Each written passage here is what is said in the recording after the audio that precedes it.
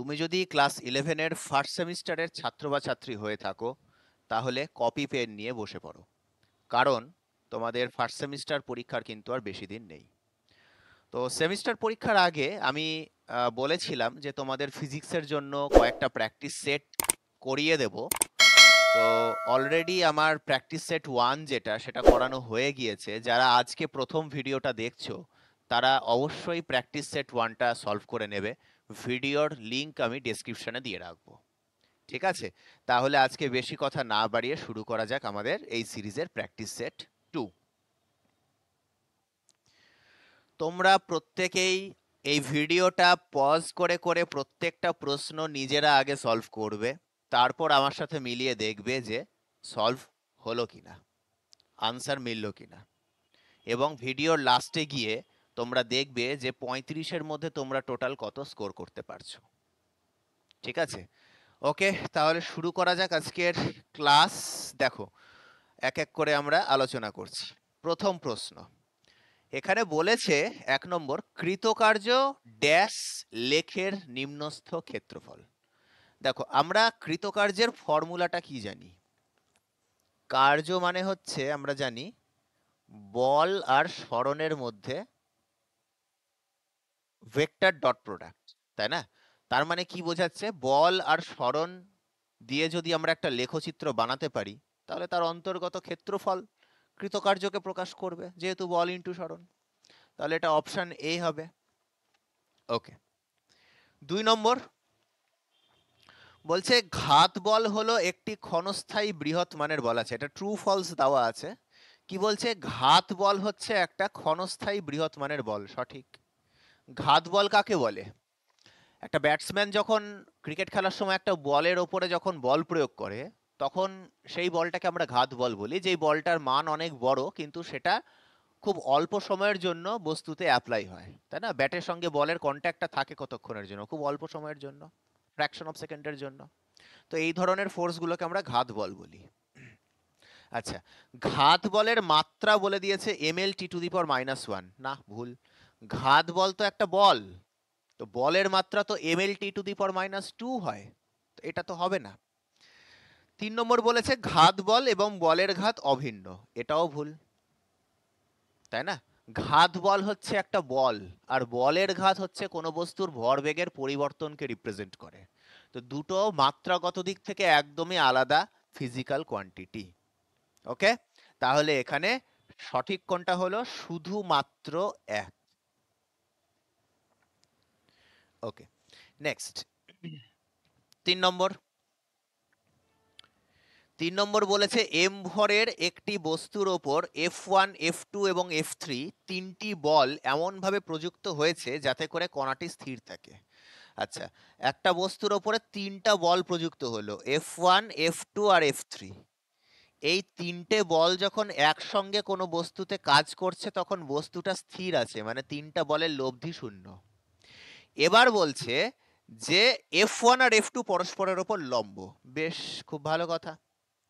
এখানে তোমাকে বলে দিল F1 আর F2 পরস্পরের ওপরে লম্ব। এবার বলছে F3 যদি সরিয়ে নেওয়া হয় তাহলে বস্তুর ত্বরণ কত হবে? দেখো, এইখান থেকে আমরা কি করলাম? এইখান থেকে এই F3টাকে আমরা উইথড্র করে নিলাম, সরিয়ে নিলাম। তাহলে এখন বর্তমানে বল কত পড়ে থাকছে? F1 প্লাস F2, তাই না? আচ্ছা, F1 plus F2 equals to কত হবে? 0 হবে কি না? এখন কিন্তু বস্তুর উপরে একটা নেট ফোর্স অ্যাপ্লাই হওয়া শুরু হয়ে গিয়েছে, কারণ F3টা তো চলে গেছে, তিনজন মিলে 0 হচ্ছিল, তার মধ্যে একজন চলে গিয়েছে, তাহলে দুটো মিলে এখন একটা নেট ফোর্স দিবে। আচ্ছা, নেট ফোর্সটা কত? আমরা যদি এবার নেট ফোর্সের ভ্যালুটা বের করতে চাই তাহলে সেটা কত হবে? যেহেতু F1 আর F2 পারপেন্ডিকুলার, তাহলে দুজনের নেট ফোর্স হবে √F1² প্লাস F2²। ওকে, তাহলে বস্তুর মধ্যে ত্বরণ একটা সৃষ্টি হবে। ত্বরণের ফর্মুলা কি? নেট ফোর্স ডিভাইডেড বাই মাস। তাহলে সেটা কত হলো? √F1² plus F2² divided by m। তাহলে সঠিক উত্তর দেখে নাও, অপশন ডি। ঠিক আছে, প্রথম দিককার প্রশ্নগুলো সহজ থাকবে, আমি ধীরে ধীরে ধীরে ধীরে লেভেল কিন্তু কোশ্চেনের বাড়াতে থাকবো, তোমরা শুধু করতে থাকো। ওকে, এখানে বলেছে দৈর্ঘ্য, সময় এবং ভরের মাত্রা যথাক্রমে পি, কিউ এবং আর হলে ঘনত্বের মাত্রা। আচ্ছা, ঘনত্ব মানে কি? ঘনত্ব মানে হচ্ছে ভর বাই আয়তন। আচ্ছা, ভর মানে এখানে কি বলেছে দেখো, ভর মানে আর দিয়ে রিপ্রেজেন্ট করা হচ্ছে, আর আয়তন মানে কি, দৈর্ঘ্যের কিউবকে আয়তন বলি, দৈর্ঘ্যকে পি দিয়ে প্রকাশ করা হচ্ছে, তাহলে পি কিউব। তাহলে আনসার হবে আর পি টু দি পাওয়ার -3 ঘনত্ব। ঠিক আছে, এগুলো তো খুব সহজ, এগুলো একদম একদম মানে কি বলবো, ক্লাস 9-10 লেভেলের কোশ্চেন। আচ্ছা, বেশ, তাহলে এটা অপশন সি হলো অপশন। আচ্ছা, পরের প্রশ্ন 5 নম্বর বলেছে কোনো কারণে আকস্মিকভাবে যদি সংকুচিত হয়ে পৃথিবীর ব্যাসার্ধ 1/3 হয়ে যায় তাহলে দিনের দৈর্ঘ্য কত হয়ে যাবে, তাই না?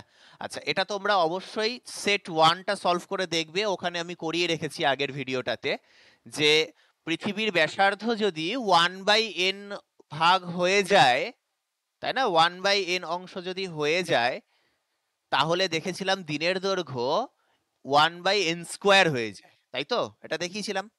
পৃথিবীর ব্যাসার্ধ ধরে নাও বাই চান্স আর থেকে r/n হয়ে গেল, তাহলে দিনের দৈর্ঘ্য কি হয়ে গেছিল, টি থেকে t/n² হয়ে গেছিল।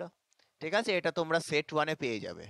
তাহলে এইটাকে আমরা এখানে ডাইরেক্ট অ্যাপ্লাই করে দিলাম। এইখানে বলেছে 1/3, তাহলে এখন বর্তমানে দিনের দৈর্ঘ্য কত হবে, টি ড্যাশটা কত হবে, t/n², মানে n এর মান কত এখানে 3, তাহলে 3-এর স্কোয়ার, t/9, 1/9 অংশ হয়ে যাবে। সঠিক উত্তর সি, 1/9 নেক্সট 6 নম্বর। 6 নম্বর বলেছে কোন কণার অবস্থান সময় লেখচিত্র সময় অক্ষের সমান্তরাল। বেশ, কি বলেছে, অবস্থান সময় লেখচিত্র। এখানে অবস্থান বোঝাচ্ছি আর এখানে সময় বোঝাচ্ছি। লেখচিত্রটা বলেছে সময় অক্ষের সমান্তরাল, তার মানে কি, বস্তুটার অবস্থান আগেও যা ছিল, 1 সেকেন্ড পরেও বস্তুর অবস্থান তাই আছে, 2 সেকেন্ড পরেও বস্তুর অবস্থান তাই আছে, 3 সেকেন্ড পরেও বস্তুর অবস্থান তাই আছে, বস্তুর অবস্থান পাল্টাচ্ছে না, তার মানে বস্তুটা স্থির আছে, তাই না? তাহলে এখানে কণাটি অপশন ডি দেখো, স্থির। নেক্সট, নিচের বিবৃতিগুলি পড়ে সত্য মিথ্যা বেছে নাও। বেশ, টর্ক সমান জড়তা ভ্রামক ইন্টু কৌণিক ত্বরণ। আচ্ছা, এই ফর্মুলাগুলো কি করে মুখস্থ রাখবে, দেখো, তোমরা নিউটনের গতিসূত্রে পড়েছো F=ma, তাই না? তাহলে সেটারই অ্যাঙ্গুলার অ্যানালগ গুলো নিয়ে নাও কৌণিক গতিতে। ফোর্সের অ্যাঙ্গুলার অ্যানালগ কি, টর্ক, টাও। মাসের অ্যাঙ্গুলার অ্যানালগ কি, মোমেন্ট অফ ইনার্শিয়া মানে জড়তা ভ্রামক। আর এ মানে অ্যাক্সিলারেশন, তার অ্যাঙ্গুলার অ্যানালগ কি, কৌণিক ত্বরণ আলফা। তাহলে এখানকার ফর্মুলা আছে টাও ইকুয়ালস টু আই আলফা। তাহলে এখানে তাই বলেছে দেখো, টর্ক সমান সমান জড়তা ভ্রামক ইন্টু কৌণিক ত্বরণ। তার মানে ফার্স্ট অপশনটা এখানে আমার ঠিক আছে। ঠিক আছে, ফার্স্ট অপশনটা ঠিক আছে, অসুবিধা নেই। সেকেন্ড অপশন কি বলেছে দেখো, কৌণিক ভরবেগ। বেশ, কৌণিক ভরবেগ। আচ্ছা, এবার তোমরা রৈখিকে চলে যাও আগে। রৈখিক ভরবেগ পি ইকুয়াল টু কি ছিল, ভর ইন্টু বেগ। তাহলে রৈখিক ভরবেগটাকে অ্যাঙ্গুলার অ্যানালগ দিয়ে রিপ্লেস করো, কৌণিক ভরবেগ। ভরটাকে অ্যাঙ্গুলার অ্যানালগ দিয়ে রিপ্লেস করো, মোমেন্ট অফ ইনার্শিয়া। আর বেগটাকে অ্যাঙ্গুলার অ্যানালগ দিয়ে রিপ্লেস করো, ওমেগা। তাহলে এল ইকুয়ালস টু কি হয়, আই ওমেগা। এখানে কি লেখা আছে প্রশ্নে, এখানে লেখা আছে যে কৌণিক ভরবেগ সমান জড়তা ভ্রামক ইন্টু কৌণিক বেগ, L equal to I omega. বেশ, এটাও ঠিক। তাহলে এখানে 1 আর 2 দুটোই সত্য, তাহলে অপশন ডি। ঠিক আছে, 8 নম্বর। 8 নম্বরে কি বলেছে, 8 নম্বরে বলেছে কোনো বস্তুকে থিটা এবং ড্যাশ অ্যাঙ্গেল যদি কোণ করে আমরা যদি নিক্ষেপ করি তাহলে উভয় ক্ষেত্রে প্রক্ষেপ সীমা একই হবে। আচ্ছা, ভালো করে দেখো, এটা প্রাসের গতি থেকে দিয়েছে, ভালো করে মনে রাখো।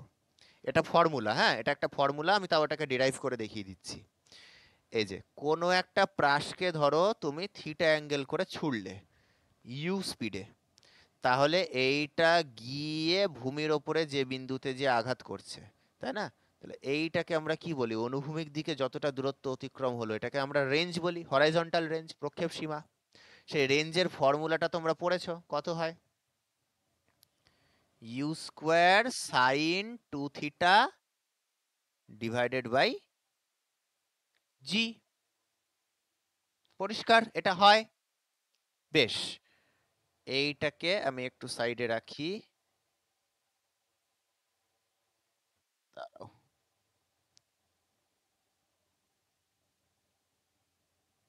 এইটা আমার ফর্মুলা হয়। এইবার ধরো তুমি একটা কাজ করলে, তুমি এবার প্রজেক্টাইলটাকে 90 মাইনাস থিটা অ্যাঙ্গেল করে ছুড়লে।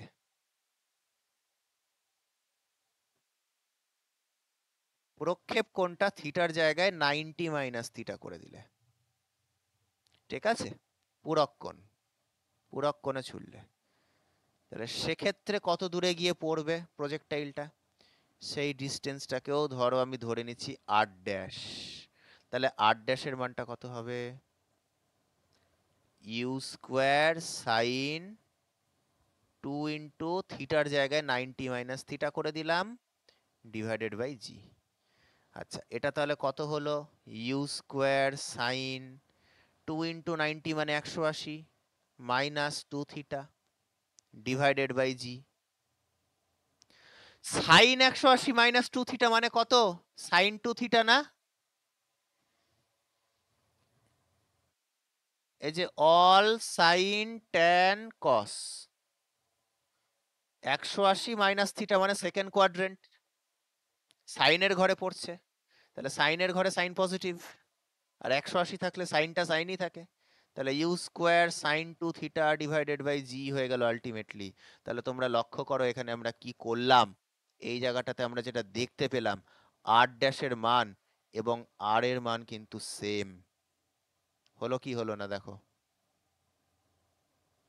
তাহলে যেটা আমরা দেখতে পাচ্ছি, দেয়ারফর আর এবং আর ড্যাশ সেম। তার মানে হরাইজন্টাল রেঞ্জের একটাই নির্দিষ্ট মানের জন্য দুটো প্রক্ষেপ কোণ এর এক্সিস্টেন্স রয়েছে। একটা যদি থিটা অ্যাঙ্গেল হয়, তাহলে আর একটা হবে 90 মাইনাস থিটা বি, পূরক কোণ। এটা তোমরা একটা ফর্মুলা হিসাবে মুখস্থ রাখো। যদি কোনো প্রজেক্টাইলকে 30 ডিগ্রি কোণে ছুড়ি, তাহলে যত দূরে গিয়ে পড়বে 60 ডিগ্রি কোণ করে ছুড়লেও সেম অ্যাঙ্গেলেই পড়বে, কারণ এরা পরস্পরের পূরক কোণ হয়। ঠিক আছে? নেক্সট, স্থিত ঘর্ষণের সর্বোচ্চ মানকে ড্যাশ বলে? সীমাস্থ ঘর্ষণ বলে, জানি। স্থিত ঘর্ষণের সীমাস্থ মান বা সীমাস্থ ঘর্ষণ বলা হয় ওটাকে। 10 নম্বর, অস্থিতিস্থাপক সংঘর্ষে গতিশক্তি সংরক্ষিত হয়। একদম ভুল। স্থিতিস্থাপক সংঘর্ষে গতিশক্তি ধাক্কা খাওয়ার আগে পরে সেম থাকে, আর অস্থিতিস্থাপক সংঘর্ষে একটা শক্তি ক্ষয় হয়, ঠিক? তাহলে এটা ভুল আছে, এখানে সংরক্ষিত হয় বলেছে। আচ্ছা, সংঘাত গুণাঙ্ক শূন্য হলে সংঘর্ষের পর বস্তু দুটি পরস্পরের সঙ্গে আটকে যায়। এটা তো ঠিক। সংঘাত গুণাঙ্ক যদি জিরো হয়, সংঘাত গুণাঙ্ক জিরো কার ক্ষেত্রে হয়? পূর্ণ অস্থিতিস্থাপক সংঘর্ষের ক্ষেত্রে সংঘাত গুণাঙ্ক জিরো, জানা আছে। আর পূর্ণ অস্থিতিস্থাপক সংঘর্ষে কি হয়? বস্তু দুটো একজন আরেকজনের সঙ্গে আটকে যায় না, দুজন মিলে একসঙ্গে চলা শুরু করে দেয়। তাহলে সেকেন্ড পয়েন্টটা তো ঠিকই আছে। তাহলে এক মিথ্যা দুই সত্য, অপশন বি কারেক্ট। নেক্সট, এবার 11 নম্বর অঙ্কটা দেখো, ভেক্টর থেকে দিয়েছে। দেখো বলেছে mod of A cross B, তোমাকে প্রশ্নে বললো mod of A cross B সমান এ ডট বি। এটা যদি হয় তাহলে তোমাকে A vector plus B vector সমান সি ভেক্টর এর মান নির্ণয় করতে বলেছে। খুবই সহজ। এ ক্রস বি এর মানটা কত? এ বি সাইন থিটা, জানি এটা আমরা। আর এ ডট বি করলে কত আসে? A B cos theta. আচ্ছা, এ বি কেটে গেল, তাহলে sine theta equals to cos theta. তাহলে সাইনের নিচে কসকে নিয়ে চলে এসো, ট্যান থিটা ইকুয়ালস টু 1। তাহলে এখান থেকে আমরা থিটার ভ্যালু পেয়ে যাব 45 ডিগ্রি। তাহলে আমার কাছে চেয়েছে এ ভেক্টর প্লাস বি ভেক্টরের মান চেয়েছে, মানে এর মডটা চেয়েছে। কত হয়? Formula root over a square plus B square plus 2ab cos থিটার জায়গায় কত বসাবো? 45 ডিগ্রি বসিয়ে দেবো। আচ্ছা, cos 45 এর মান বসাও। a square plus B square plus 2ab cos 45 এর মান হচ্ছে 1/√2। √2 দিয়ে 2 কে কাটলাম, √2 হলো, তাহলে এটা হয়ে গেল √a square plus B square plus √2ab। দেখে নাও তাহলে সঠিক উত্তর এখানে কোনটা হচ্ছে? Option D. ঠিক আছে, নেক্সট এবার সার্কুলার মোশন থেকে দেখো একটা দিয়েছে, ইম্পর্টেন্ট, খুব ইম্পর্টেন্ট প্রশ্ন, 12 নম্বর। একটা ট্রু ফলস দিয়েছে, ঘড়ির কাঁটার সেকেন্ডের কাঁটার কম্পাঙ্ক, ঘড়ির মিনিটের কাঁটার কম্পাঙ্ক, ঘন্টার কাঁটার কম্পাঙ্ক সব বের করতে বলেছে। আচ্ছা, প্রথমে একটা কথা বলি, কম্পাঙ্ক কাকে বলে? কম্পাঙ্ক মানে হচ্ছে 1/টাইম পিরিয়ড, তাই তো? মানে 1 সেকেন্ডে কোনো বস্তু যতবার পূর্ণ আবর্তন করে বৃত্তাকার পথে সেটাকে বলা হয় কম্পাঙ্ক। আচ্ছা, আর ক্যাপিটাল টিটা কি? একবার পূর্ণ আবর্তনে কত সময় নেয়? তাহলে টি সেকেন্ডে যদি একবার পূর্ণ আবর্তন করে তাহলে 1 সেকেন্ডে কভার করবে 1/t, এটাকেই কম্পাঙ্ক বলছি। তো ফার্স্টে সেকেন্ডের কাঁটাটা করি। সেকেন্ডের কাঁটার ক্ষেত্রে বলো, সেকেন্ডের কাঁটার ক্ষেত্রে টাইম পিরিয়ডটা কত? সেকেন্ডের কাঁটা পুরো একটা পাক ঘুরে আসতে কতক্ষণ সময় নেয়? 60 সেকেন্ড না? তাহলে কত হবে? কম্পাঙ্ক কত হবে? 60 সেকেন্ড মানে হচ্ছে 1/60 রেভলিউশনস পার সেকেন্ড। আচ্ছা, এটাকে আরপিএম করতে বলেছে, মানে 60 দিয়ে গুণ করে দেবো। 1 সেকেন্ডে যদি 1/60টা পূর্ণ আবর্তন দেয় তাহলে 1 মিনিটে কবার? আরপিএম বানিয়ে দেবো 60 দিয়ে গুণ করে, তাহলে কত হলো? 1 আরপিএম। ঠিক আছে, এরকম করে আমি সেকেন্ডের পরে মিনিটের কাঁটাটার করি। মিনিটের কাঁটার কম্পাঙ্ক কত হবে? মিনিটের কাঁটার টাইম পিরিয়ড বলো কত হয়? মিনিটের কাঁটার টাইম পিরিয়ড, একটা মিনিটের কাঁটা পুরো 360 ডিগ্রি একটা রোটেট করে আসতে কত সময় নেয়? 1 ঘন্টা সময় নেয়, তাই তো? 1 ঘন্টা মানে কি? 3600 সেকেন্ড। 3600 সেকেন্ড টাইম নেয়। তাহলে এটা আরপিএস এ বেরালো। আরপিএম করতে চাইলে 60 দিয়ে গুণ,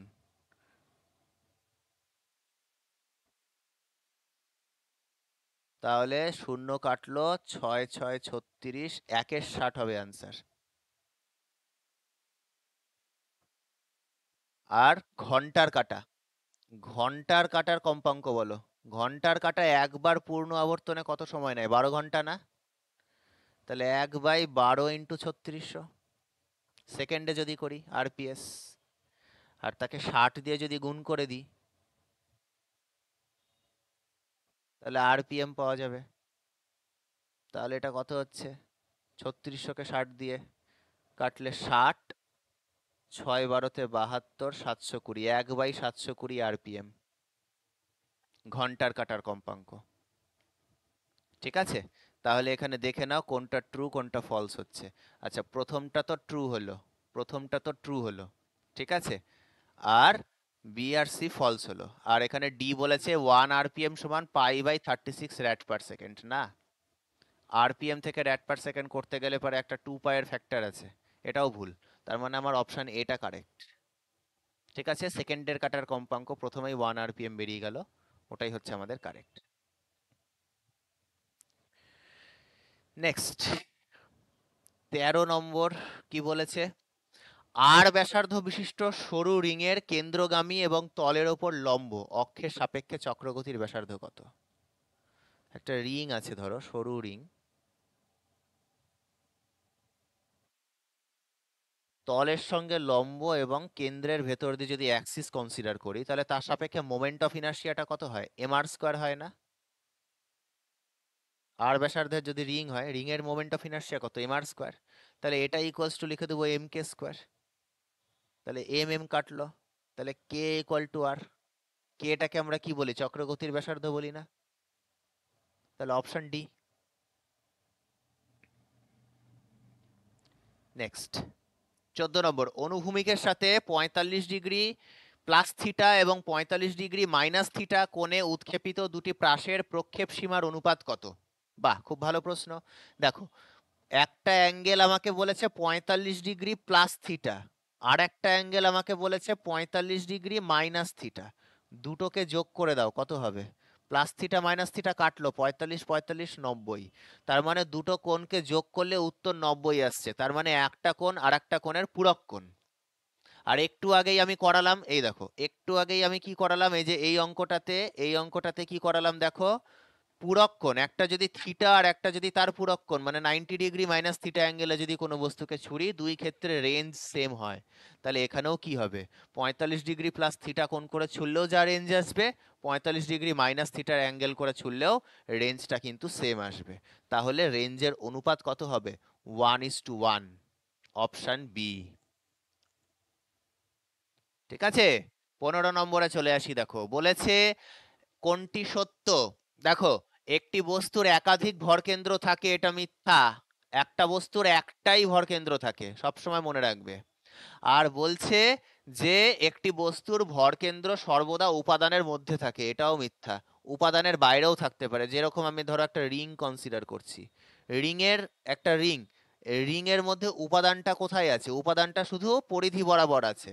কিন্তু এর যদি তুমি সেন্টার অফ মাসটা বের করো, তাহলে দেখবে এর কেন্দ্রে বেরাবে, এই জায়গাটাতে। কিন্তু ওখানে তো উপাদানটা নেই, তাই না? তাহলে উপাদানের মধ্যে সবসময় থাকে না, বাইরেও থাকতে পারে।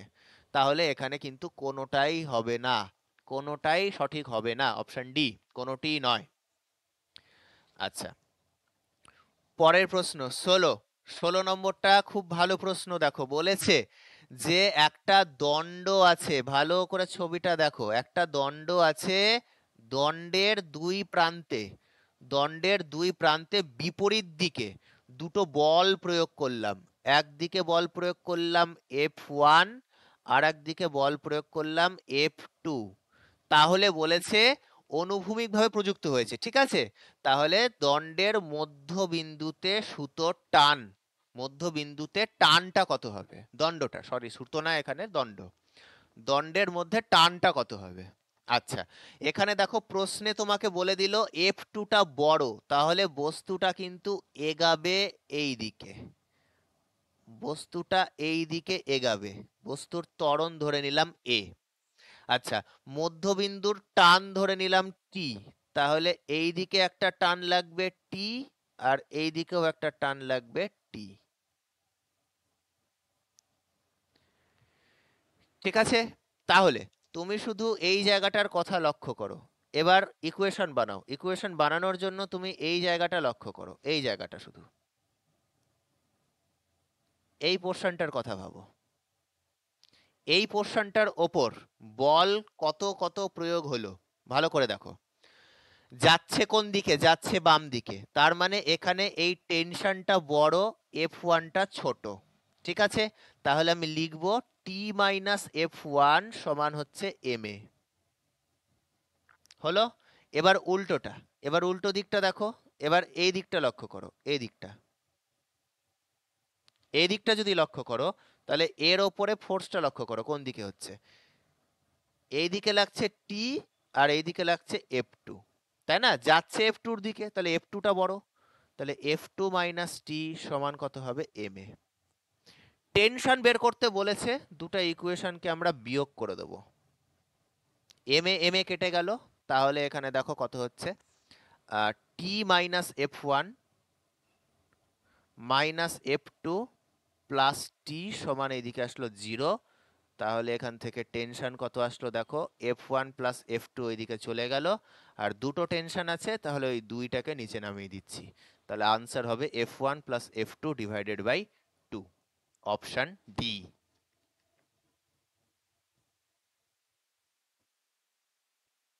ঠিক আছে, দুই দিক থেকে ফোর্স অ্যাপ্লাই করলাম F1 F2, মধ্যবিন্দুতে টেনশন হচ্ছে F1 plus F2 divided by 2। ভালো করে দেখো, ভালো অঙ্ক ছিল এটা।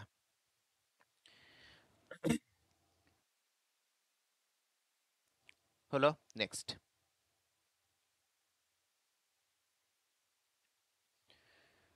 সত্য মিথ্যা বলেছে, নিচের কোন তথ্যগুলি সত্য? স্থিতিস্থাপক সংঘর্ষের ক্ষেত্রে সংঘাত গুণাঙ্কের মান হচ্ছে 1, এটা তো ঠিক।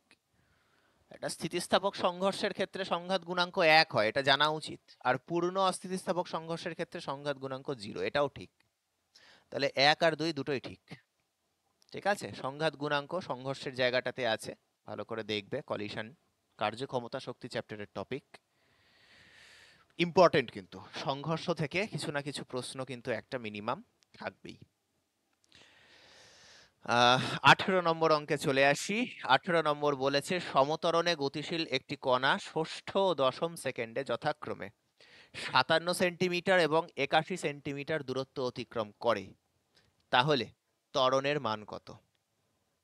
আচ্ছা, এখানে আমরা এসটির ফর্মুলা অ্যাপ্লাই করব। এসটি মানে কোনো একটা বস্তু যদি টোটাল টি সেকেন্ড সময় ধরে চলে, তাহলে লাস্টের ওই টি তম সেকেন্ডে কতটা দূরত্ব যাবে, দ্যাট ইজ এসটি।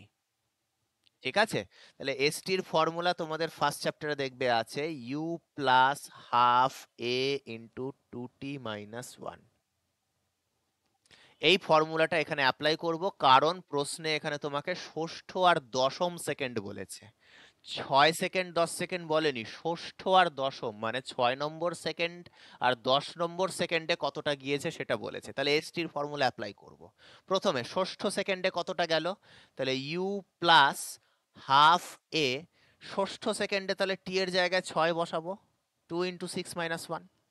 এটাই তোমাকে বলে দিয়েছে প্রশ্নে 57 সেন্টিমিটার। তাহলে এটাকে ইকুয়েশনটাকে বার করছি, ইউ প্লাস হাফ এ, আচ্ছা 6 দুয়ে 12, 12 থেকে 1 বাদ দিলে 11, তাহলে এটা হয়ে গেল এখানে 11 ইকুয়ালস টু হচ্ছে 57। একটা কাজ করো, পুরো সমীকরণটাকে 2 দিয়ে মাল্টিপ্লাই করে দাও, তাহলে হয়ে গেল 2u প্লাস, এখানে 2 দিয়ে মাল্টিপ্লাই করলে 2 আর হাফ কেটে যাবে, তাহলে হবে 11a সমান 57কে 2 দিয়ে গুণ করলে কত হয়, 114। এটা আমার 1 নম্বর সমীকরণ দাঁড়ালো। হয়েছে। 2 নম্বর সমীকরণে কি করব, দশম সেকেন্ড, দশম সেকেন্ড, তাহলে U plus half A into 2t এর জায়গায় 10 মাইনাস 1, সেটাতে কত সেন্টিমিটার যাচ্ছে, প্রশ্নে বললো 81 সেন্টিমিটার। আচ্ছা, তাহলে এখান থেকে ইউ প্লাস হাফ এ, 10 দুয়ে 20 বিয়োগ 1 মানে এটা হয়ে গেল 19 ইকুয়ালস টু 81। এটাকেও 2 দিয়ে মাল্টিপ্লাই করো, তাহলে 2u প্লাস 19a সমান 81কে 2 দিয়ে গুণ করলে 162। এটা আমার দাঁড়ালো ইকুয়েশন 2। ঠিক আছে, আমার হাতে এখন দুটা ইকুয়েশন রইল। দেখো, দুটা ইকুয়েশন এখন আমার কাছে থাকলো। এবার প্রশ্নটা পড়ে দেখি যে চেয়েছেটা কি। প্রশ্নটা পড়ে দেখো এখানে কি চেয়েছে। দেখো, বলছে যে ত্বরণের মান কত, এ চেয়েছে।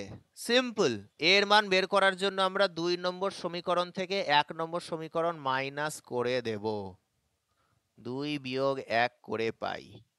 2 হলো 2u প্লাস 19a সমান 162, আর একে আছে 2u প্লাস 11a সমান 114। দুইটা সমীকরণকে ধরে মাইনাস করে দাও।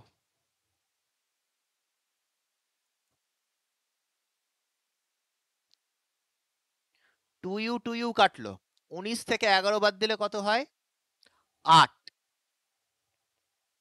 আর 162 থেকে 14 বাদ দাও, কত হবে, 12 থেকে 8 বাদ 12 থেকে 4 বাদ দিলে 8, 1 একে 2, 6 থেকে 2 বাদ দিলে 48, 48।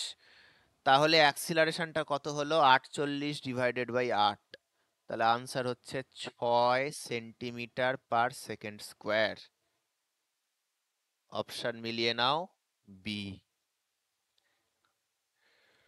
ঠিক আছে, 6 সেন্টিমিটার পার সেকেন্ড স্কোয়ার এলো। নেক্সট অঙ্কে যাই, 19। আচ্ছা, ত্রুটি থেকে দিয়েছে, বর্গক্ষেত্রের বাহুর দৈর্ঘ্য পরিমাপে ত্রুটি যদি 1% হয়, তাহলে বর্গক্ষেত্রের পরিসীমা নির্ণয়ের ত্রুটি কত? আচ্ছা, বর্গক্ষেত্রের বাহুর দৈর্ঘ্য যদি a হয়, তাহলে বর্গক্ষেত্রের পরিসীমা কত হয়, 4a, তাই না? আচ্ছা, এর পাওয়ারে কত আছে, 1, তোমাদেরকে আমি আগের ভিডিওতে ত্রুটি বের করার শর্ট ট্রিক শিখিয়েছি। এখানে বাহু পরিমাপে ত্রুটি কত বলেছে? 1%। কিন্তু বাহুর পাওয়ারে কত আছে? 1 আছে, তাহলে সেই 1 দিয়ে গুণ, তাহলে এটাই হবে আনসার। 1 ইন্টু 1 মানে 1%। ঠিক আছে, কোনো রাশি পরিমাপে ত্রুটি যত হয় সমীকরণে তার পাওয়ারে যত থাকে সেটা দিয়ে গুণ করে দেবে, ত্রুটি পেয়ে যাবে।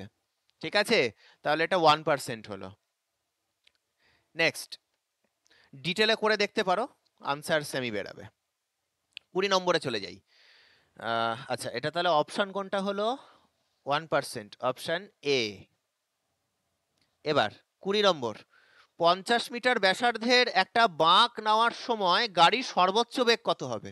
এটা তোমাদের জানা উচিত, তাই না? একটা আর ব্যাসার্ধের যদি একটা টার্নিং এর সময় আমরা যখন গাড়ি নিয়ে যাই, ম্যাক্সিমাম কত স্পিডে গাড়ি চালাতে পারি? রুট ওভার মিউ আর জি, এটা ফর্মুলা মুখস্থ রাখবে। রুট ওভার মিউ আর জি, ঠিক আছে। এখানে কি হয়, আমরা বাঁক নিচ্ছি যখন, গাড়ি চালানোর সময় যখন আমরা বাঁক নেব তখন আমাদের ঘর্ষণ আমাদেরকে বাঁচিয়ে নেবে, তাই তো? তো এটা ফর্মুলার মধ্যে ডাইরেক্ট আনসার বসাও, যে সমস্ত ডেটা আছে বসাও, তোমার চলে আসবে আনসার। ঠিক আছে, মিউ এর মান কত আছে দেখো, 0.8। আর এর মান দেখো 50 মিটার বলে দিয়েছে, আর জি কে 10 ধরতে বলেছে। তাহলে একদম সিম্পল, পয়েন্ট তুলে নিচে 10 আর 10 কাটলো, 5 8 40, রুট 400, আনসার বেরাবে তোমার 20 মিটার পার সেকেন্ড। ফর্মুলা জানলে এই অঙ্কে কিছুই নাই। Option B. 21 নম্বর, 75 গ্রাম ভরের একটা বুলেট, বুলেটের ভর 75 গ্রাম, সেটা 200 মিটার পার সেকেন্ড বেগে কাঠের ব্লকে আঘাত করলো। একটা কাঠের ব্লকে আঘাত করলো 200 মিটার পার সেকেন্ড বেগে। এই যে এই হচ্ছে কাঠের ব্লক, ধরে নাও এই হচ্ছে কাঠের ব্লক। এই কাঠের ব্লকের ওপরে একটা বুলেট আঘাত করলো কত স্পিডে? 200 মিটার পার সেকেন্ড স্পিডে। ঠিক আছে, তো বলছে কাঠের বাঁধা, কাঠ কাঠ তো কি করবে, কাঠের উপরে যখন বুলেটটা ধাক্কা দিবে, কাঠ কিন্তু বুলেটের উপর একটা বাঁধা বল প্রয়োগ করবে, সেই বাঁধাটা বলে দিয়েছে 5000 নিউটন। তাহলে বুলেটটা কাঠের মধ্যে কতটা প্রবেশ করবে? ধরে নেওয়া যাক কাঠের মধ্যে এক্স দূরত্ব প্রবেশ করার পর বুলেটটা এখানে এসে থেমে গেল। তাহলে তোমাকে কোশ্চেনে এই এক্স এর মানটাই চেয়েছে, কতটা ভেতরে ঢুকতে পারবে বুলেটটা। ঠিক আছে, আচ্ছা, এখানে তোমরা একটা কাজ করো, কাঠের বাঁধা বুলেটের ওপরে একটা মন্দন সৃষ্টি করবে। সেই মন্দনটা কত? ফোর্স ডিভাইডেড বাই মাস, তাই না? ফোর্স ডিভাইডেড বাই মাস, এটা হচ্ছে মন্দন। আচ্ছা, মাসটা কিন্তু গ্রামে আছে, সেটাকে কেজি বানাতে গেলে আমাকে কি করতে হবে? 1000 দিয়ে ভাগ করতে হবে 75কে। তাহলে মন্দনটা ক্যালকুলেট করে নাও, 5000-এর সঙ্গে আবার 1000 গুণ, তাকে 75 দিয়ে ভাগ। তাহলে এটা ফটাফট হিসাব করবে, হিসাব করে নিয়ে আনসারটা লিখবে। 5000 ইন্টু 1000 ডিভাইডেড বাই 75 কত হয়?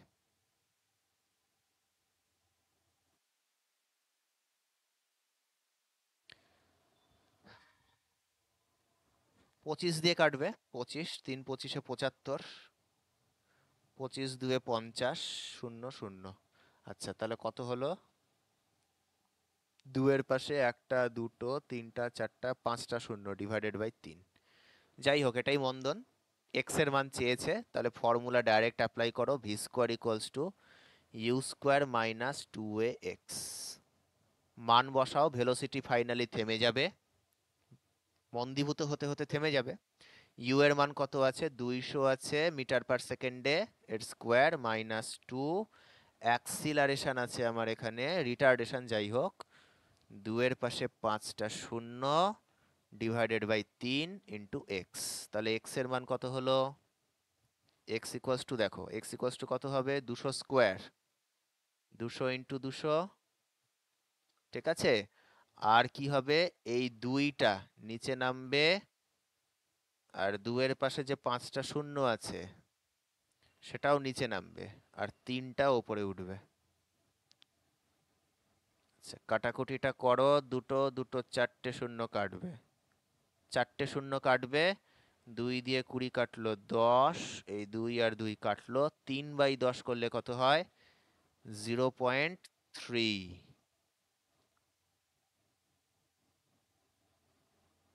আচ্ছা, তাহলে অঙ্কটাতে উত্তর এলো 0.3 মিটার, কিন্তু অপশানে তো দেখতে পাচ্ছি না সেটা। তো যাই হোক, সেক্ষেত্রে আমাকে নিয়ারেস্ট আনসার যেটা হবে এর আশেপাশে অপশানে যেটা আছে সেটাতে আমাকে টিক দিতে হবে, ঠিক আছে? 0.25, 0.3 এর কাছাকাছি যেটা আছে, তাহলে অপশন সি। আচ্ছা, পরের প্রশ্ন কি বললো? ভালো প্রশ্ন আছে, দেখো। পৃথিবীর ব্যাসার্ধ 6600 কিলোমিটার, এই হচ্ছে আমাদের পৃথিবী, যার ব্যাসার্ধ 6600 কিলোমিটার। এর আহ্নিক ঘূর্ণন, আচ্ছা আহ্নিক ঘূর্ণন কাকে বলে? আহ্নিক গতি, পৃথিবীর নিজ অক্ষের চারপাশে যেটা ঘুরছে 24 ঘন্টায় একবার করে ঘোরে, সেটাকে আমরা বলছি আহ্নিক গতি। তো সেই আহ্নিক ঘূর্ণনের জন্য বিষুব রেখা, বিষুব রেখা বলতে যে এইটাকে বোঝায়, নিরক্ষীয় রেখাকে বোঝায়, সেখানে অপকেন্দ্র ত্বরণের মান কত? ঠিক আছে। আচ্ছা, বিষুব রেখা যে বৃত্তাকার পথটাতে ঘুরছে, বিষুব রেখায় অবস্থিত কোনো ব্যক্তি, ধরো তুমি এখানে বসে আছো, তাহলে তুমি যে পথটাতে ঘুরবে তার ব্যাসার্ধ পৃথিবীর ব্যাসার্ধের সমান হবে, আর ছবি থেকে বোঝা যাচ্ছে। আচ্ছা, অপকেন্দ্র ত্বরণ বা অভিকেন্দ্র ত্বরণ যাই বলো না কেন, তার ফর্মুলা কি হয়? v²/r হয়, তাই তো? এই ফর্মুলাটা এখানে আমি অ্যাপ্লাই করব।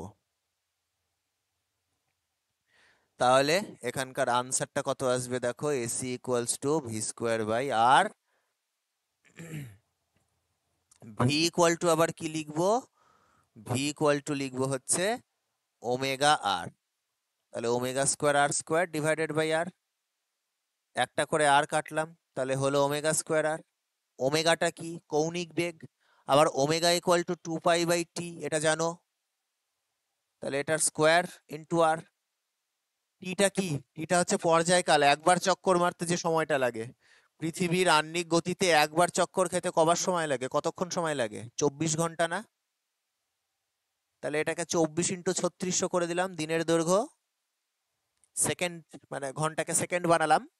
আর আর এখানে পৃথিবীর ব্যাসার্ধ দেখো বলে দিয়েছে 6600 কিলোমিটার। ঠিক আছে, 6600 কিলোমিটার, তো সেটাকে মিটার বানাবো, 1000 দিয়ে গুণ করবো। আমাকে তো এসআইতে অঙ্ক করতে হবে। এইটাকে তোমরা হিসাব করবে, ক্যালকুলেটরে করো বা মুখে করো, যা খুশি করো। দেখো আনসার 0.035 মিটার/সেকেন্ড স্কোয়ার কিন্তু আসবে, করে দেখতে পারো। Option A. পরের প্রশ্নে চলে গেলাম। আচ্ছা, গ্রাফ থেকে কোশ্চেন দিয়েছে, বেগ সময় লেখচিত্র দিয়ে দিয়েছে, 4 সেকেন্ডে অতিক্রান্ত দূরত্ব নির্ণয় করতে বলেছে। আচ্ছা, অতিক্রান্ত দূরত্ব কাকে বলে? বেগ সময় লেখচিত্রের অন্তর্গত ক্ষেত্রফলটাকে অতিক্রান্ত দূরত্ব বলে না? গ্রাফ থেকে অতিক্রান্ত দূরত্ব কি করে পাবো? বেগ সময়ের ক্ষেত্রফল থেকে। কয় সেকেন্ডে বলেছে? 4 সেকেন্ডে। তাহলে এই দেখো 4 সেকেন্ড মানে এইটা, তার মানে আমাকে কি করতে হবে? এই অংশটুকুটার ক্ষেত্রফল বার করতে হবে, এই অংশটুকুটার ক্ষেত্রফল আমাকে বার করে নিতে হবে, তাহলেই অতিক্রান্ত দূরত্ব আমরা পেয়ে যাব। আচ্ছা, এটাকে আমরা ভেঙে ফেলছি কয়েকটা পার্টে। কয়েকটা পার্ট বলতে এখানে আমরা দুটো পার্টে ভাঙছি, দুটো পার্টে ভাঙছি। আমাদের এই ফার্স্ট পার্টটা হচ্ছে একটা ট্রাপিজিয়াম, সেকেন্ড পার্টটাও একটা ট্রাপিজিয়াম। তাহলে এই দুটা ট্রাপিজিয়ামের ক্ষেত্রফল বার করে যোগ করে দেবো, আনসার চলে আসবে। ঠিক আছে, তাহলে ফটাফট করি। দেখো, ট্রাপিজিয়ামের ক্ষেত্রফলের ফর্মুলা কি? হাফ ইন্টু সমান্তরাল বাহুদ্বয়ের যোগফল। আচ্ছা, এখানে এই প্রথম ট্রাপিজিয়ামটাতে সমান্তরাল বাহু কে কে আছে লক্ষ্য করো। এইখানে নিচের দিকে দেখতে পাচ্ছ, নিচের দিকে তাকাও, এই যে লিখে দিই, এইটা একটা সমান্তরাল বাহু, আর মাথার উপরে এইটা একটা সমান্তরাল বাহু। এই বাহুটার দৈর্ঘ্য কত দেখো, 1 থেকে 3-এ যাচ্ছে, তার মানে এই বাহুটার দৈর্ঘ্য 2, তাই না? তাহলে এখানে বসলো 2 যোগ ওপরের সমান্তরাল বাহুটা দেখো কত থেকে কততে যাচ্ছে, 2 থেকে 3-এ যাচ্ছে, তাহলে এই বাহুটার দৈর্ঘ্য কত? 1, তাহলে যোগ 1, ঠিক আছে? ইনটু উচ্চতা। উচ্চতা কত? উচ্চতা এই যে এইটা হচ্ছে উচ্চতা, এইটা হলো উচ্চতা, যেটা এখানে 10 পেলাম। প্রথম ট্রাপিজিয়ামটার ক্ষেত্রফল। বেশ, এটা হয়ে গেল। সেকেন্ড ট্রাপিজিয়ামটাতে চলে আসি। হাফ ইন্টু সমান্তরাল বাহুদ্বয়ের যোগফল। সমান্তরাল বাহু কে কে আছে সেকেন্ড ট্রাপিজিয়ামে? একটা এইটা আছে আর একটা এইটা আছে, তাই না? এইটা কত? 10, আর এই লম্বা যেটা আছে এটা কত? 20 ইন্টু উচ্চতা। এই ট্রাপিজিয়ামের উচ্চতা কোনটা? এই যে এইটাকে উচ্চতা বলবো, যেটা কত দেখো 3 থেকে 4-এ যাচ্ছে, তাহলে 1। 3 থেকে 4-এ গেল, তাহলে উচ্চতাটা কত? 1 হলো। তাহলে পুরোটাকে যদি যোগ করে দিই ক্ষেত্রফল পেয়ে যাব। কত হবে? এখানে 2 দিয়ে 10-কে কাটলাম 5, 2 আর 1-এ 3, 3 5-এ 15, যোগ এখানে কত হলো দেখো 2 আর 10-এ 10 আর 20-তে হচ্ছে 30, 30/2 মানে 15, 15 ইন্টু 1 15। তাহলে এখানে 15 আর 15 যোগ হলে 30 মিটার হচ্ছে আমার answer. Option B, 30 metre. Next 24 number, দারুণ অঙ্ক। 24 নম্বরে দেখো কি বলছে। বলছে ভূমির সঙ্গে 30 ডিগ্রি কোণ করে, এটা হচ্ছে ভূমি, আর এখানে ধরো একটা দেওয়াল আছে, এখানে 30 ডিগ্রি অ্যাঙ্গেল করে একটা ডাব্লু ওজনের মইকে দেওয়ালে ঠেকানো আছে। ঠিক আছে, একটা মই নাও। তো মই কি করছে? এই অবস্থাতে আছে, ভূমির সঙ্গে 30 ডিগ্রি অ্যাঙ্গেল করে আছে। এই অ্যাঙ্গেলটা হলো আমার 30 ডিগ্রি। ঠিক আছে, দেওয়ালে লাগানো আছে। দেওয়ালটা কিন্তু মসৃণ, প্রশ্নে বলে দিয়েছে, কিন্তু ভূমিটা মসৃণ না। তাহলে কি হবে ভালো করে দেখো। মইটা নিচের দিকে যেই পড়তে নিবে, দেখো মইটার ওয়েট কোন দিকে কাজ করছে, ফার্স্টে ওয়েটটাকে লেখো। ওয়েটটা কাজ করবে ওর সেন্টার অফ মাস দিয়ে, ডাব্লু, নিচের দিকে। ঠিক আছে, এবার মইটা কি করবে? এই যে এই মইটা এই প্রান্তটা, এই প্রান্তটা এই দিকে যাওয়ার চেষ্টা করবে, আর এই প্রান্তটা নিচে নামার চেষ্টা করবে, স্লাইড খেয়ে পড়বে। মইটা তো স্লাইড খেয়ে পড়বে না? তো সেই জন্য এইখানটাতে তৈরি হয়ে যাবে একটা ফ্রিকশন। ভূমিটা যেহেতু রাফ, তাহলে ভূমি দেবে ফ্রিকশন। মইটা যেহেতু এইদিকে স্লাইড খাচ্ছে, তাহলে তার অপোজিট ডাইরেকশনে তৈরি হবে ফ্রিকশন। ওকে, আর কি হবে? এইখানটাতে ভূমির সঙ্গে কন্ট্যাক্ট আছে, তাই এই জায়গাটাতে একটা নর্মাল পারপেন্ডিকুলার ভাবে কাজ করবে, নর্মাল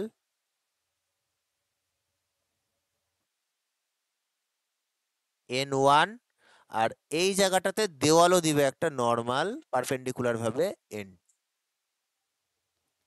হলো, তাহলে এই হচ্ছে আমাদের পুরো ফোর্স ডিস্ট্রিবিউশন।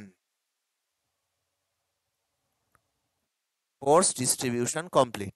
এইবার আমাকে ফোর্স গুলোকে ব্যালেন্স করতে হবে। ঠিক আছে, এখানে ফ্রিকশনটা কি করছে? ফ্রিকশনটা মইটাকে ওই একটা জায়গাতে ব্যালেন্স করে রেখেছে, স্লাইড খেতে দিচ্ছে না। তাহলে হরাইজন্টাল আর ভার্টিক্যাল দিকে সমস্ত ফোর্স গুলোকে আমরা ব্যালেন্স করব। প্রথমে হরাইজন্টাল দিকে তাকাও।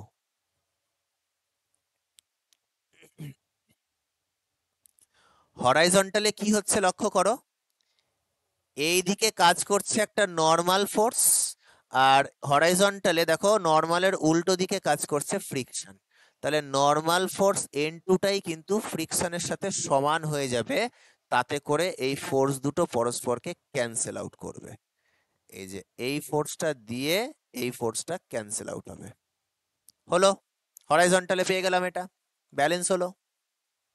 এবার ভার্টিক্যালটা ব্যালেন্স করো, ভার্টিক্যালি ব্যালেন্স করো বিষয়টাকে।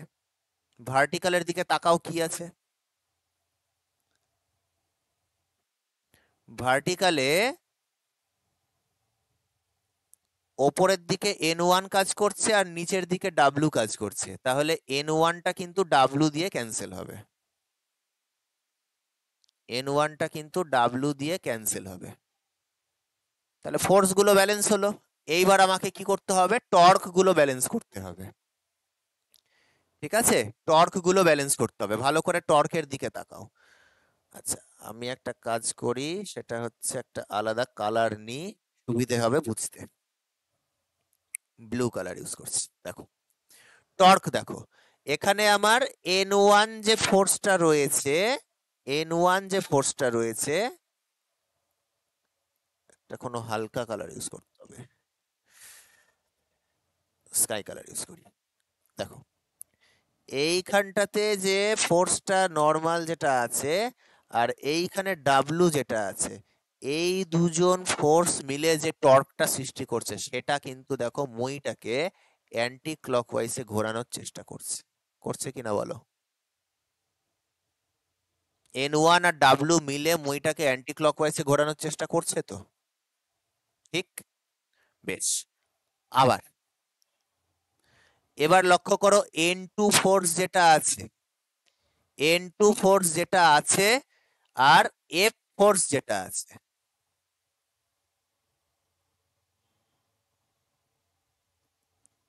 এই ফোর্স দুটো এবার মইটাকে কিন্তু ক্লকওয়াইজে ঘোরানোর চেষ্টা করছে।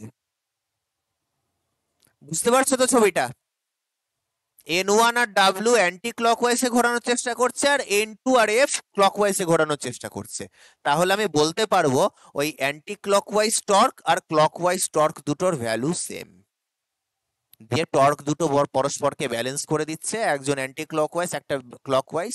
দুটো টর্ক যদি পরস্পরকে ক্যান্সেল আউট করে দেয়, যদি মান সমান হয়, তাহলে এই সিস্টেমটা রোটেশনালিও ইকুইলিব্রিয়ামে থাকবে। ঠিক আছে, তাহলে রোটেশনাল ইকুইলিব্রিয়াম এখানে সেট করি। দেখো প্রথমে প্রথমে আগে দেখিয়ে দিই N1 আর W টর্কটা কত। এই যে এটা হচ্ছে N1 ফোর্স আর এটা হলো W ফোর্স।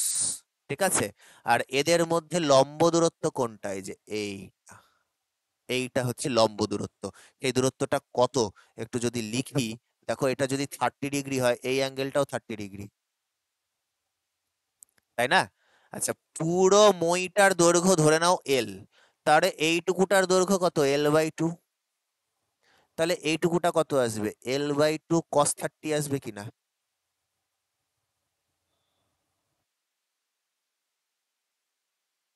আসলো? আর একবার বলে দিই, পুরো মইয়ের দৈর্ঘ্য যদি L হয় তাহলে পরে আমি এটাকে L/2 আর L/2 তে ভাবতে পারি তো, অর্ধেক অর্ধেক।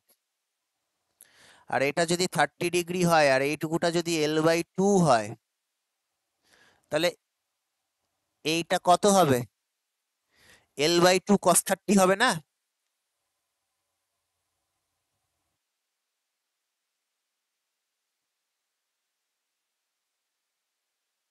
তাহলে এখানে আমি লিখছি, এখানে N1 আর W এই দুটো ফোর্সের মধ্যে লম্ব দূরত্ব হচ্ছে L/2 cos 30, তাহলে এদের টর্কটা কত? N1 বলো বা W বলো, দুটোর মান সমান, N1 আর W এর মান সমান।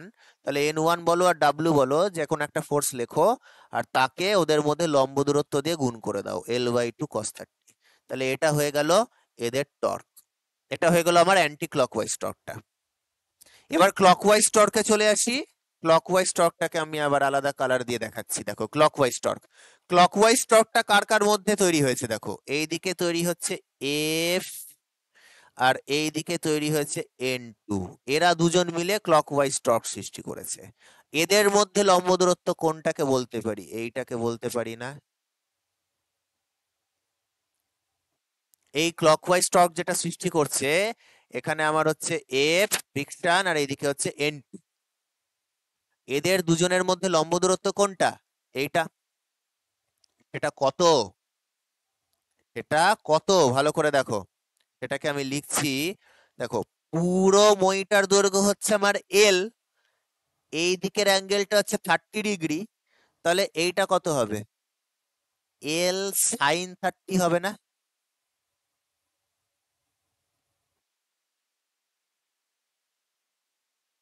হবে তো?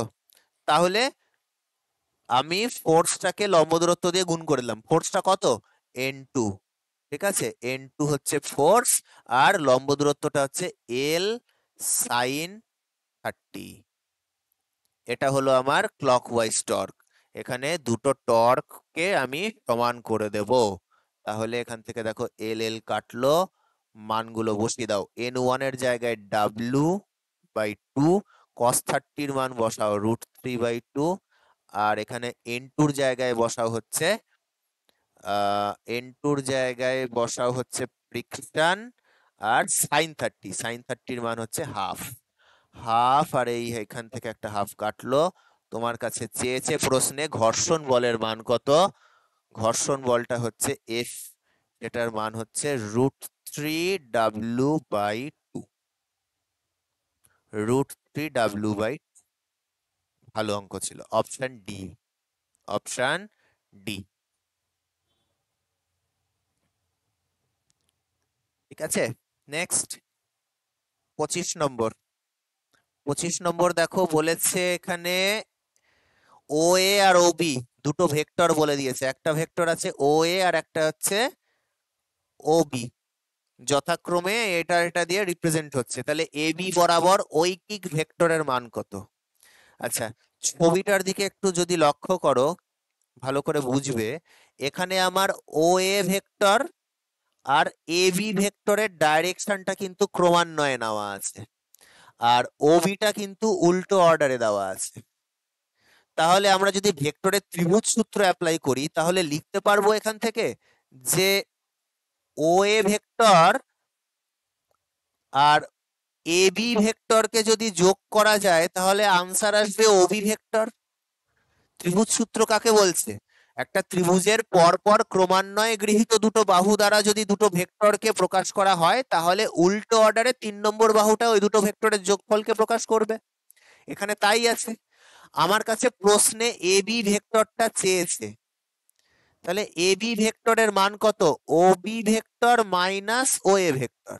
এবার তোমাকে ভেক্টর দুটোর বলে দিয়েছে, দেখো তোমাকে ও বি ভেক্টরটা বলে দিয়েছে 4i, প্রশ্নটার দিকে তাকাও, ও বি ভেক্টরটাকে 4i বলে দিয়েছে, প্লাস 3j বলে দিয়েছে, মাইনাস 2k বলে দিয়েছে। এই এটা থেকে বিয়োগ করব ও A vector. O A vector প্রশ্নে কত আছে? ও এ ভেক্টর দেখো আছে i plus 7j plus 2k। হলো? তাহলে এখানে 4i থেকে i মাইনাস করে দিলাম, তাহলে হয়ে গেল 3i। 3j থেকে 7j মাইনাস করলে -4j, আর এখানে -2k, আর এইদিকে -2k করলে -4k। হলো? এবার তোমাকে প্রশ্নে বললো এ বি বরাবর ঐকিক ভেক্টর। ঐকিক ভেক্টর মানে একক ভেক্টর। ঠিক আছে, এই এ বির ডাইরেকশনে একক ভেক্টর তোমাকে বের করতে বলেছে, সেটা কত?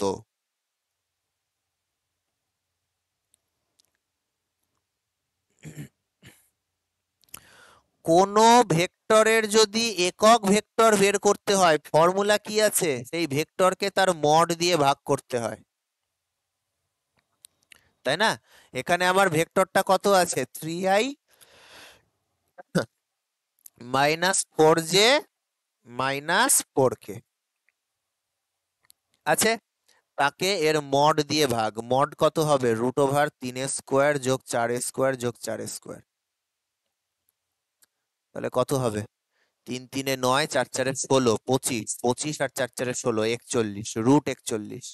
তাহলে এটা হবে 3/√41 i cap -4/√41 J cap -4/√41 K cap.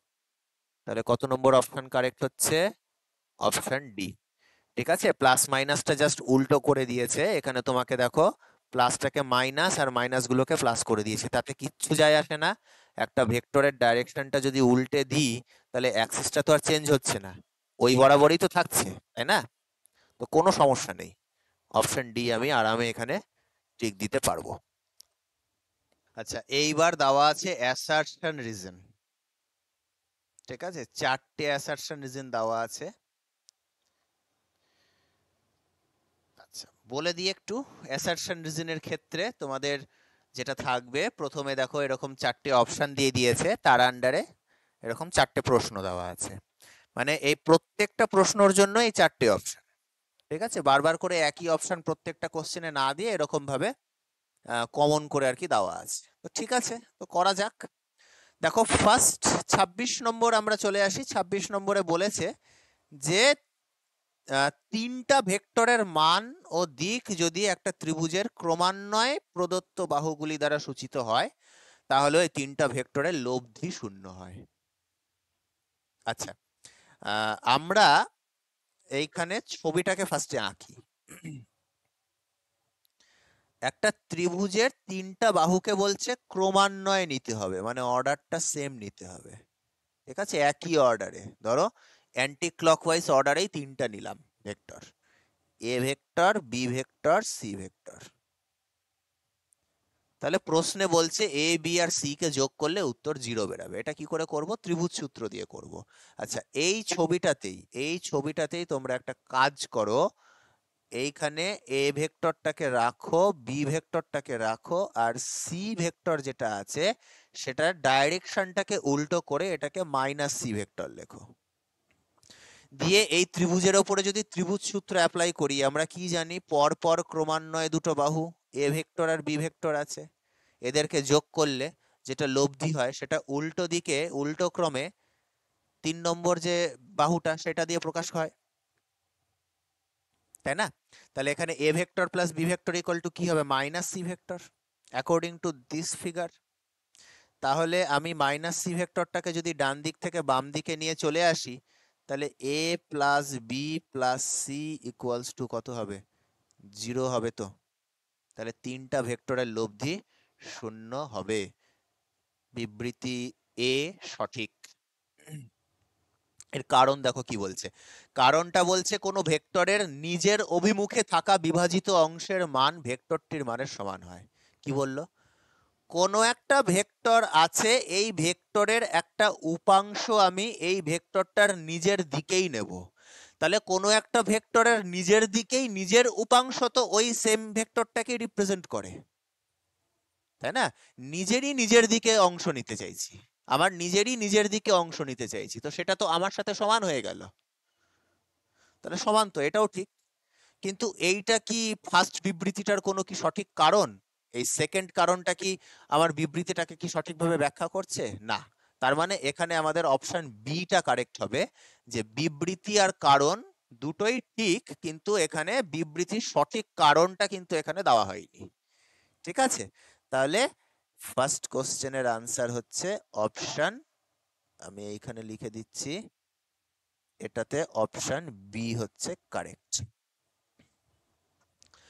Next 27 নম্বর বলেছে ঘর্ষণের ফলে যন্ত্রপাতির কর্মদক্ষতা কমে যায়। হ্যাঁ, অবশ্যই ঘর্ষণ হলে পারে কোনো যন্ত্রের বিভিন্ন অংশগুলোর কি হয়, কর্মদক্ষতা তো কমেই, সে তো একটা কারণ আছে। এবার সেটা কি বলছে? যন্ত্রাদি চালানোর সময় ঘর্ষণের বিরুদ্ধে কার্য করায় ব্যয়িত শক্তির একাংশের অপচয় ঘটে। দেখো ঘর্ষণ কিন্তু একটা কি বলবো, নন কনজারভেটিভ ফোর্স, আর নন কনজারভেটিভ ফোর্সের আন্ডারে যদি আমরা কার্য করি একটা শক্তি ক্ষয় তো ঘটে, তাই না? আর সেই শক্তি ক্ষয়টা ঘটছে বলেই একটা যন্ত্রের ভেতরে শক্তি কমে যাচ্ছে মানেই কর্মদক্ষতা কমে যাচ্ছে। তার মানে এখানে বিবৃতি এ আর কারণ যেটা দেওয়া আছে, অ্যাসারশন আর রিজন দুটোই হচ্ছে সঠিক, এবং এখানে এটা হচ্ছে বিবৃতির সঠিক কারণ, তাই না? এইটাই তো ব্যাখ্যা করছে ওটাকে। ঘর্ষণের বিরুদ্ধে কাজ করতে গেলে শক্তি ক্ষয় হয় বলেই তো যন্ত্রের কর্মদক্ষতাটা কমছে। তাহলে অপশন এটা হচ্ছে এখানে কারেক্ট। বিবৃতি কারণ উভয় সঠিক, এবং বিবৃতির সঠিক ব্যাখ্যা হলো কারণ। 28 নম্বর, একটি রবারের বলকে কিছু উচ্চতা থেকে মাটির ওপরে ছেড়ে দিলে প্রতিবার সংঘর্ষের পর বলের উচ্চতা একটু একটু করে কমতে থাকে। হ্যাঁ, অবশ্যই। প্রথমে আমি যত উচ্চতা থেকে ছাড়বো, বাউন্স খেয়ে যখন দ্বিতীয়বার উঠবে অতটা উচ্চতায় উঠতে পারবে না, তারপর আবার বাউন্স খেয়ে যখন তৃতীয়বার উঠবে আরেকটু কম উচ্চতায় উঠবে, এই করতে করতে করতে করতে তো উচ্চতাটা ধীরে ধীরে ধীরে ধীরে কি হবে, গ্র্যাজুয়ালি কমবে। তাহলে তো ঠিকই বলেছে কথাটা, তাই না? বিবৃতিটা তো ঠিক। আর কারণটা এখানে যেটা বললো, স্থিতিস্থাপক গুণাঙ্কের মান এক্ষেত্রে একের চেয়ে বড়।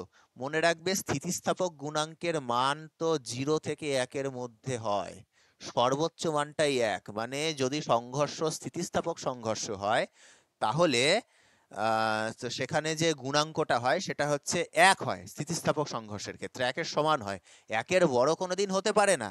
তাহলে এখানে কারণটা কিন্তু ভুল আছে। তাহলে এখানে আমাদের যেটা হবে যে বিবৃতি সঠিক কিন্তু কারণটা সঠিক নয়, মানে অপশন সি। নেক্সট 29 নম্বর বললো কোন জড়ত্বীয় নির্দেশতন্ত্রে নিউটনের 3টা গতিসূত্রই প্রযোজ্য। আমরা জানি যে নিউটনের গতিসূত্রগুলো জড়ত্বীয় নির্দেশতন্ত্রে প্রযোজ্য হয়। জড়ত্বীয় নির্দেশতন্ত্র মানে যে নির্দেশতন্ত্রে কোনো ত্বরণ নেই, স্থির বা সমবেগে গতিশীল, সেখানেই নিউটনের গতিসূত্রগুলো অ্যাপ্লিকেবল। আর বলছে বস্তুর ভরই তার জাড্যের মান নির্দেশ করে। হ্যাঁ, যার ভর বেশি তার জাড্য ধর্মও বেশি, এটাও তো ঠিক, তাই না? ভর বেশি হলে জাড্য ধর্মও বেশি হয়, সেটা আমরা জানি। জড়তা বা জাড্য ভরের উপর ডিপেন্ড করে, কিন্তু ভর বেশি হলে জাড্য বেশি হয়, এটাই কি এটার কোনো কারণ যে জড়ত্বীয় অজড়ত্বীয় নির্দেশতন্ত্রের ব্যাপারটা? এটা তো সঠিক কারণ না। তার মানে এইটা এখানে কি হচ্ছে, বিবৃতি আর কারণ দুটোই সঠিক, কিন্তু দুটোই সঠিক, কিন্তু এখানে ঘটনা হচ্ছে যে এখানে বিবৃতির সঠিক ব্যাখ্যাটা কিন্তু কারণটা না, তাই না? তার মানে এখানে আমার কোনটা সঠিক হলো, অপশন বি।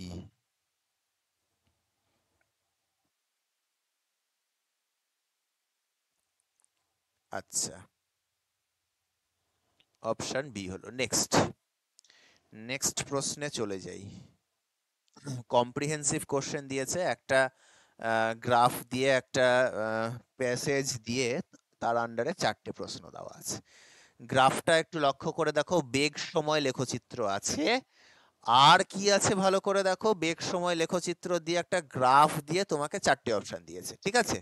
বলেছে একটা ছাত্র ট্রেনে চেপে এক স্টেশন থেকে একটা স্টেশনে আসলো, তার মানে এইটা হলো আমার একটা স্টেশন, এইখানে এই স্টেশন থেকে আমি এইখানে একটা স্টেশনে গিয়ে পৌঁছালাম, ঠিক আছে? আমার 1.5 ঘন্টা টোটাল টাইম লাগলো। এই ভেলোসিটিটা কিভাবে আমার ট্রেনের চেঞ্জ হচ্ছে সেই রকম একটা গ্রাফ দিয়েছে। আচ্ছা, এখান থেকে কোশ্চেন গুলো এক এক করে পড়ে আনসার গুলো দেওয়ার চেষ্টা করি। 30 নম্বর বলেছে ট্রেনটি কোন সময়ে সর্বাধিক ত্বরণে গতিশীল হয়। আচ্ছা, ত্বরণের গল্প বলেছে, মনে করে দেখো, বেগ সময় লেখচিত্রের নতি, বেগ সময় লেখচিত্রের নতিটা ত্বরণকে প্রকাশ করে, করে কিনা? আর নতি বলতে কি বোঝায়, কোনো একটা লেখচিত্র কতটা খাড়া সেটাকে বোঝানো হয়। তাহলে তুমি এই জায়গাটাতে দেখো যে লেখচিত্রটা কোন জায়গাটাতে সবচেয়ে বেশি খাড়া হয়ে আছে, সেখানকার নতি সবচেয়ে বেশি, তাহলে সেখানকার ত্বরণটা সবচেয়ে বেশি হবে। লক্ষ্য করে দেখো এই জায়গাটার গ্রাফটা কিন্তু সবচেয়ে বেশি খাড়া, 0 থেকে 2.5 ঘন্টার মধ্যে যে পার্টটা আছে, তাহলে ওইখানকার ত্বরণটা কিন্তু সর্বোচ্চ। অপশন এ হলো। আচ্ছা, এইবার চলে আসি 31। সমবেগে গতিশীল অবস্থায় ট্রেনটি কত দূরত্ব অতিক্রম করবে? সমবেগে গতিশীল অবস্থায় দেখো, সমবেগে যাচ্ছে কোন জায়গাটা, দেখো এই জায়গাটাতে কিন্তু সমবেগে যাচ্ছে, এইটুকু অংশ দেখো, এইটুকুটা প্যারালাল হয়ে গেছে টাইম অ্যাক্সিসের সাথে, বেগ বাড়ছেও না কমছেও না। তাহলে এইটুকুটার মধ্যে কতটা দূরত্ব গেল, তার মানে আমাকে কি করতে হবে, এইখানে যে আয়তক্ষেত্রটা দেখতে পাচ্ছি এইটুকুটার ক্ষেত্রফল বের করতে হবে, কারণ বেগ সময়ের অন্তর্গত ক্ষেত্রফল সরণ বা অতিক্রান্ত দূরত্বকে প্রকাশ করে, ঠিক আছে? তাহলে এইখানকার আনসারটা কত হবে, আয়তক্ষেত্রের ক্ষেত্রফল দৈর্ঘ্য গুণ প্রস্থ, এটা দৈর্ঘ্য কত দেখো 30, আর প্রস্থ কত আছে দেখো 0.25 থেকে 0.50, তার মানে 0.25, তাই না? 0.25 থেকে 0.50 যেতে গেলাম, তার মানে এইটুকুটার প্রস্থটা কত, 0.25। তাহলে কত হলো এখানে, 3 × 25 = 75, মানে 7.5 kilometre, 7.5 kilometre. Option C. Next প্রশ্ন বলেছে দুটো স্টেশনের মধ্যবর্তী দূরত্ব কত? 32। দুটো স্টেশনের মধ্যবর্তী দূরত্ব মানে তোমাকে এখানে যেটা চাওয়া হয়েছে, এই সম্পূর্ণ গ্রাফটার অন্তর্গত ক্ষেত্রফলটা কত, এইটা হচ্ছে আমার আনসার হবে। পুরোটার ক্ষেত্রফল, টোটাল ডিস্টেন্স চেয়েছে। ঠিক আছে, তো এই গ্রাফটাকে কতগুলো পার্টে ভেঙে নাও, ছোট ছোট কয়েকটা পার্টে ভেঙে নাও, তাই না? প্রথমে দেখো কি আছে, 0 থেকে 0.25 এর মধ্যে গ্রাফের যে পার্টটা সেটা একটা ত্রিভুজ, এটা একটা ত্রিভুজ, তাহলে সেই ত্রিভুজের ক্ষেত্রফলটা বের করো, কত হবে? হাফ ইন্টু ভূমি ইন্টু উচ্চতা। ভূমিটা কত? 0.25। আর উচ্চতাটা কত ত্রিভুজের? এই যে 30, দেখতে পাচ্ছ, 30 প্লাস, এরপরে কি আছে? এরপরে এই আয়তক্ষেত্রটা আছে, আয়তক্ষেত্রের ক্ষেত্রফলটা তো বের করেই রেখেছি 7.5 কিলোমিটার, আগের অঙ্কটাতেই তো করলাম। এরপরে কি আছে? এরপরে দেখো একটা ট্রাপিজিয়াম আছে, লক্ষ্য করো, ট্রাপিজিয়াম, এই যে এইটা, এইটা একটা ট্রাপিজিয়াম। ট্রাপিজিয়ামের ক্ষেত্রফল কত? হাফ ইন্টু সমান্তরাল বাহুদ্বয়ের যোগফল ইন্টু উচ্চতা। সমান্তরাল বাহু কে কে আছে ট্রাপিজিয়ামের? সমান্তরাল বাহু, এই যে এইটা একটা সমান্তরাল বাহু, এইটা, আর এইটা একটা সমান্তরাল বাহু। কত কত? এটা হচ্ছে 30 আর এইটা হলো 40। তাহলে এখানে কি লিখবো? 30 যোগ 40 ইন্টু উচ্চতা। উচ্চতা বলতে হচ্ছে এই যে এইটাকে বোঝাচ্ছে, এইটা মানে যে এইটা 0.50 থেকে 0.75, মানে আবার 0.25ই বোঝাচ্ছে। প্লাস এর পরের যে পার্টটা আছে গ্রাফে, এইটা, এটাও কি? এটাও একটা ত্রিভুজ। তো ত্রিভুজের ক্ষেত্রফলের ফর্মুলা অ্যাপ্লাই করে দাও, হাফ ইন্টু ভূমি ইন্টু উচ্চতা। ভূমিটা কত? দেখো ভূমি হচ্ছে 0.75 থেকে 1.50 চলে গিয়েছে। 0.75 থেকে 1.50 মানে 75 থেকে 150 চলে গিয়েছে, মানে 0.75ই হচ্ছে ভূমির দৈর্ঘ্য। ঠিক আছে, আর উচ্চতা কত? এই যে এখানকার উচ্চতাটা কত? উচ্চতাটা দেখো 40 আছে। তাহলে পুরোটাকে এবার ক্যালকুলেট করা যাক। 2 দিয়ে 30কে কাটলাম 15, 15কে 0.25 দিয়ে গুণ, 15কে 0.25 দিয়ে গুণ করলে কত হচ্ছে দেখো, 3.75। আচ্ছা, এরপরে 7.5 আছে, তারপর 30 আর 40-এ হচ্ছে 70, 70কে 2 দিয়ে কাটলে 35, তাহলে 35কে 0.25 দিয়ে গুণ, তাহলে এটা হয়ে যাবে 8.75। আর তারপরেরটা হচ্ছে 2 দিয়ে 40কে কাটবো 20, 20কে 0.75 দিয়ে গুণ, তাহলে এটা হবে 15। সব কটাকে ধরে যোগ করে দাও, 15 যোগ 8.75 প্লাস 7.5 প্লাস 3.75, টোটাল বেরাচ্ছে 35 কিলোমিটার। তাহলে দুটো স্টেশনের মধ্যে দূরত্ব 35 কিলোমিটার, অপশন ডি। 33 নম্বর প্রশ্ন কি বলেছে? সর্বাধিক ত্বরণের মান কত? আচ্ছা, সর্বাধিক ত্বরণ কোন জায়গাটাতে? যে ফার্স্ট পার্টটাতে ম্যাক্সিমাম ত্বরণ, সেটা আমরা 30 নম্বর অঙ্কেই করলাম। তাহলে সেই ত্বরণের মানটা কত? ত্বরণের মান আমরা জানি বেগের পরিবর্তন বাই সময়, v minus u divided by t. বেগের পরিবর্তন দেখো কত হচ্ছে, 0 থেকে শুরু করে এখানে 30-এ চলে যাচ্ছে, তাহলে 30 মাইনাস 0 ডিভাইডেড বাই, তাতে টাইম কত লাগছে দেখো, তাতে টাইম লাগছে 0.25 সেকেন্ড, তাহলে 0.25 দিয়ে ভাগ করে দেবো। তো 30কে 0.25 দিয়ে ভাগ করলে কত আসবে? 30 ভাগ 0.25, 120 আসবে answer, kilometre per hour square. ঠিক আছে, তাহলে অপশন সি হলো এখানে কারেক্ট। হলো, ছোট ছোট দিয়েছিল সবকিছু, হয়েছে। নেক্সট কোশ্চেনে চলে যাই, আর দুটোই আছে, দুটো কলাম ম্যাচিং দিয়েছে দেখো। 34। আচ্ছা, এটা তো খুবই সহজ, জাস্ট এককগুলো লিখতে বলেছে। দৈর্ঘ্যের একক কি হয়? আলোক বর্ষ। আলোকবর্ষ হচ্ছে দৈর্ঘ্যের একক, কোণের একক হচ্ছে রেডিয়ান, দীপন প্রাবল্যের একক হচ্ছে ক্যান্ডেলা, আর তড়িৎ প্রবাহের একক হচ্ছে অ্যাম্পিয়ার। এটা তো তোমরা জানোই সবকিছু এগুলো। তাহলে কার সাথে কোনটা হচ্ছে? একের সাথে সি, এই যে একের সাথে সি, দুয়ের সাথে এ, তিনের সাথে ডি, চারের সাথে বি। এটা খুবই ইজি ছিল। নেক্সট এবার 35, আজকের লাস্ট কোশ্চেন। বলছে ফার্স্ট, যে সংস্থায় যান্ত্রিক শক্তি সংরক্ষিত থাকে, যান্ত্রিক শক্তি সংরক্ষিত থাকে সেটাকে আমরা কনজারভেটিভ সিস্টেম বলি, সংরক্ষী সংস্থা, তাই না? কনজারভেটিভ সিস্টেম, কনজারভেটিভ ফিল্ডের আন্ডারে কি থাকে? যান্ত্রিক শক্তি সংরক্ষণ নীতিটা প্রযোজ্য, আমরা জানি। আচ্ছা, আর যে সংস্থায় যান্ত্রিক শক্তি সংরক্ষিত থাকে না সেটাকে আমরা নন কনজারভেটিভ বলি, সেখানে একটা শক্তি ক্ষয় হয়, যেমন ঘর্ষণ, শক্তি ক্ষয় হয়। আচ্ছা, বাহ্যিক বলের অনুপস্থিতিতে গতিশক্তি অপরিবর্তিত থাকে না, গতিশক্তি পাল্টায়। গতিশক্তি পাল্টায় কোথায়? অস্থিতিস্থাপক সংঘর্ষে গতিশক্তি পাল্টায়, আর স্থিতিস্থাপক সংঘর্ষে গতিশক্তি পাল্টায় না, অপরিবর্তিত থাকে। জানা আছে তো, স্থিতিস্থাপক সংঘর্ষে কি হয়? গতিশক্তি সেম থাকে, তাই তো? তাহলে এখানে কি দাঁড়ালো দেখো, একের সঙ্গে সি, একের সঙ্গে সি, দুয়ের সঙ্গে ডি, তিনের সঙ্গে এ, চারের সঙ্গে বি। অপশন সি কারেক্ট হলো। তাহলে আজকে আমরা আরো একটা সেট সলভ করে নিলাম। তোমরা দেখো আজকে তোমরা 35-এর মধ্যে কত স্কোর করতে পারছো। প্রত্যেকটা সেট কিন্তু তোমাদের একদম কাউন্সিলে যেরকম ভাবে বলা আছে সেই লেভেলেরই কোশ্চেন হচ্ছে, একদম মডারেট লেভেলের কোশ্চেন আছে, ইজি লেভেলেরও কোশ্চেন আছে, এবং কিছু প্রশ্ন অ্যাডভান্স লেভেলেরও থাকছে। ঠিক আছে, এইরকমই কিন্তু তোমাদের সেমিস্টার পরীক্ষায় কোশ্চেনের প্যাটার্নটা কিন্তু থাকবে। তো ভালো মতো করে প্র্যাকটিস করতে থাকো। সেট 3 নিয়ে আবার দেখা হচ্ছে পরবর্তী কোনো একদিন। আজকের মতো এই পর্যন্তই।